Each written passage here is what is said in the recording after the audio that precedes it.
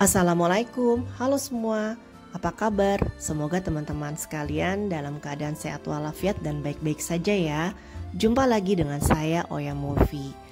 Di video kali ini saya ingin bercerita tentang seputaran kegiatan saya dan keluarga selama di Paris. Nah, ini adalah hari-hari terakhir kami ya berada di Paris, tepatnya saya dan suami saya. Kira-kira kami ngapain aja sih? Nah, sebelum saya bercerita, saya ingin berterima kasih kepada teman-teman sekalian yang sudah berkenan untuk menonton video saya. Yuk kita mulai.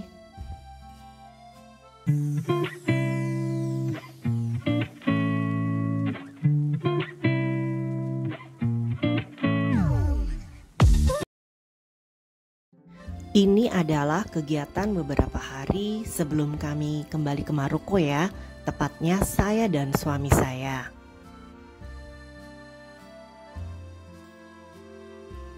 Jadi nih kegiatan kami ya kalau nggak kuliner, belanja, tapi belanjanya juga belanja makanan ya. Nah ini ada salah satu tempat yang kami tertarik untuk mengunjunginya, yaitu masakan Hadramaut atau bisa disebut masakan Yaman ya. Nah kalau di video dulu nih saya pernah punya video saya makan masakan khas Yaman yang di Maroko. Kalau sekarang saya coba masakan khas Yaman yang ada di Perancis. Ini kami memesan nasi mandi yang ada kambing dan ayam ya. Rasanya sih ya sama saja, tapi bedanya lebih berbumbu yang di Perancis. Nah, ini keesokan harinya. Sebenarnya sih tempat ini sudah pernah kita kunjungi sebelumnya ya, beberapa hari sebelumnya. Tapi saya baru memvideokannya. Ini adalah salah satu rumah makan Indonesia yang menurut saya ya dan keluarga saya ini cocok banget sama lidah kita. Nama dari tempat ini adalah Makan-Makan. Nah, tempat ini menurut saya ya bersih, pelayanannya ramah, makanannya juga enak-enak. Ketika saya mengambil video ini saya ingat kita kesini jam 12 ya, saatnya waktu buka, jadi kita langsung datang dan kita adalah pengunjung pertama. Kenapa? Karena beberapa hari sebelumnya kita juga pernah berkunjung ke tempat ini dan ramai banget kalau jam makan siang. Jadi kita berusaha on time. Nah, yang ini adalah beberapa makanan yang kita coba di tempat ini. Ayam kalasan ya, enak banget, sambalnya pun pedesnya Indonesia. Baksonya juga nggak kalah enaknya. Pokoknya makan di sini nyam deh, bener-bener makan.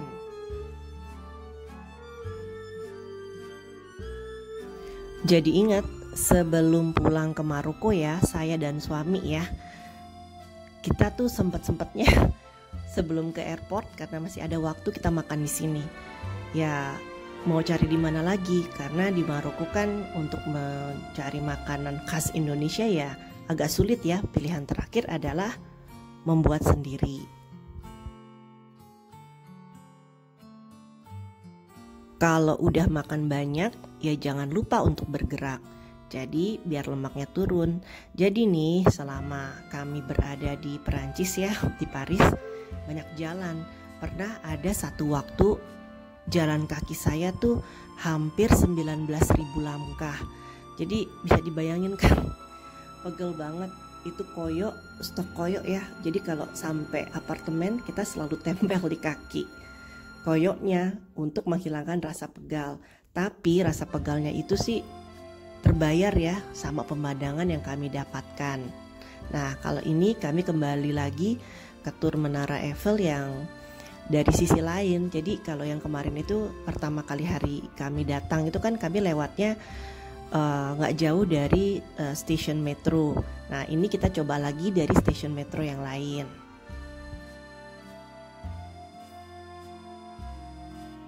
Meskipun dingin, kami seperti orang-orang lain ya, tepatnya turis ya kalau saya bilang. Itu ya semangat aja jalan di sini. Sempat berhenti sih sebentar menikmati dan jajan makan crepes coklat. Tapi saya nggak videoin crepes coklatnya karena keburu dimakan ya. Dan waktu itu kan lagi dingin, jadi enaknya tuh menikmati crepes coklat ya panas-panas.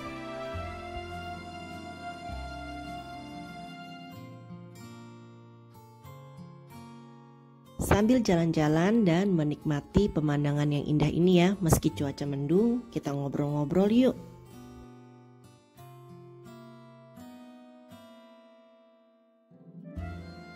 Tentang persiapan kuliah di luar negeri. Mungkin ada beberapa teman-teman yang tertarik agar putra-putrinya untuk melanjutkan kuliah di luar negeri. Namun tidak sedikit juga kan ada di antara kita mungkin merasa takut, was-was. Nah, di sini kita harus memikirkan hal-hal yang harus dipersiapkan jika kita ingin mengirim anak kita kuliah di luar negeri ya tepatnya. Sesuai pengalaman kami ya, jadi saya ceritanya. Pertama itu adanya keinginan yang kuat dan memang putri kami ingin sekali kuliah di luar negeri, maksudnya luar Indonesia ya. Jadi ada persiapan sendiri, misalnya anak saya itu sudah mempersiapkan negara mana yang dituju. Ini ada 2 negara. Terus fakultasnya maunya apa? Tujuannya apa? Misalnya anak saya mengambil untuk sekolah bisnis.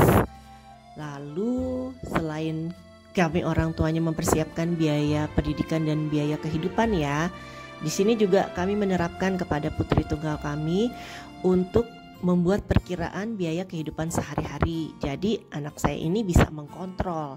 Dan mental yang dipersiapkan adalah adaptasi dengan budaya. Iya, budaya kan berbeda. Bayangkan saja kami orang Indonesia yang tinggal di Maroko sudah hampir 12 tahun.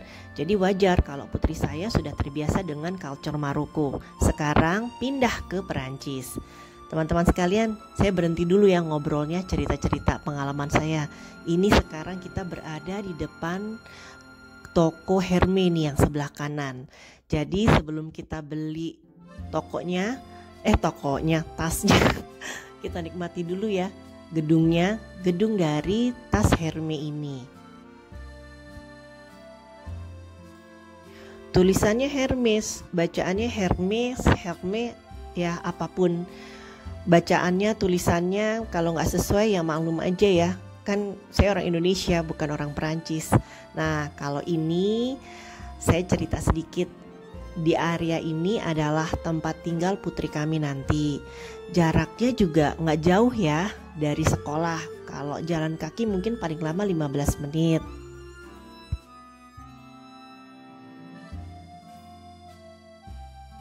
Jadi awalnya kan putri kami tinggal dengan keluarga Perancis. Nah setelah masa kontraknya selesai harus segera pindah. Kebetulan juga ketika kami mencari apartemen, kami dapat di area yang tidak jauh dari sekolah. Dan satu hal nih yang bikin saya happy, ternyata anak saya tempat tinggalnya nggak jauh dari area Asia, di mana banyak toko-toko Asia.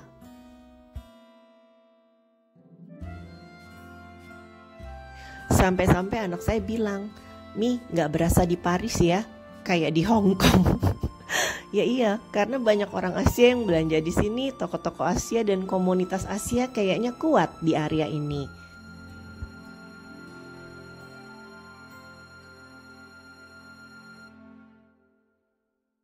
Sebagai muslim, kami pun menerapkan kepada putri kami agar tidak lalai dalam menjalankan ibadah. Untuk sholat dimanapun, kapanpun harus dilaksanakan. Dan untuk makanan nih, harus lebih berhati-hati karena ya tinggal di negara non muslim seperti ini. Jadinya ketika kami keliling, pasti yang kami cari itu adalah section makanan halal. Dan alhamdulillah di Perancis ini ya tidak terlalu sulit untuk menemukan produk-produk yang halal. Nah seperti ini nih, ada aneka sosis, aneka nugget, ayam potong pun ada.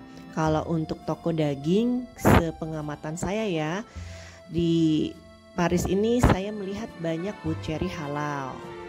Ya insya Allah ya, kita sebagai muslim kan harus makan yang halal dan toiban ya istilahnya. Gak jauh dari area tempat tinggal putri kami ini, ada juga masjid, jadi tinggal naik metro. Kalau untuk berapa kali stopannya saya kurang paham ya, tapi ini ya masih bisa ditempuh lah kalau untuk ke masjid. Masjidnya juga itu masjid khas Maroko, jadi masjidnya itu bentuknya mirip seperti masjid-masjid yang ada di Maroko.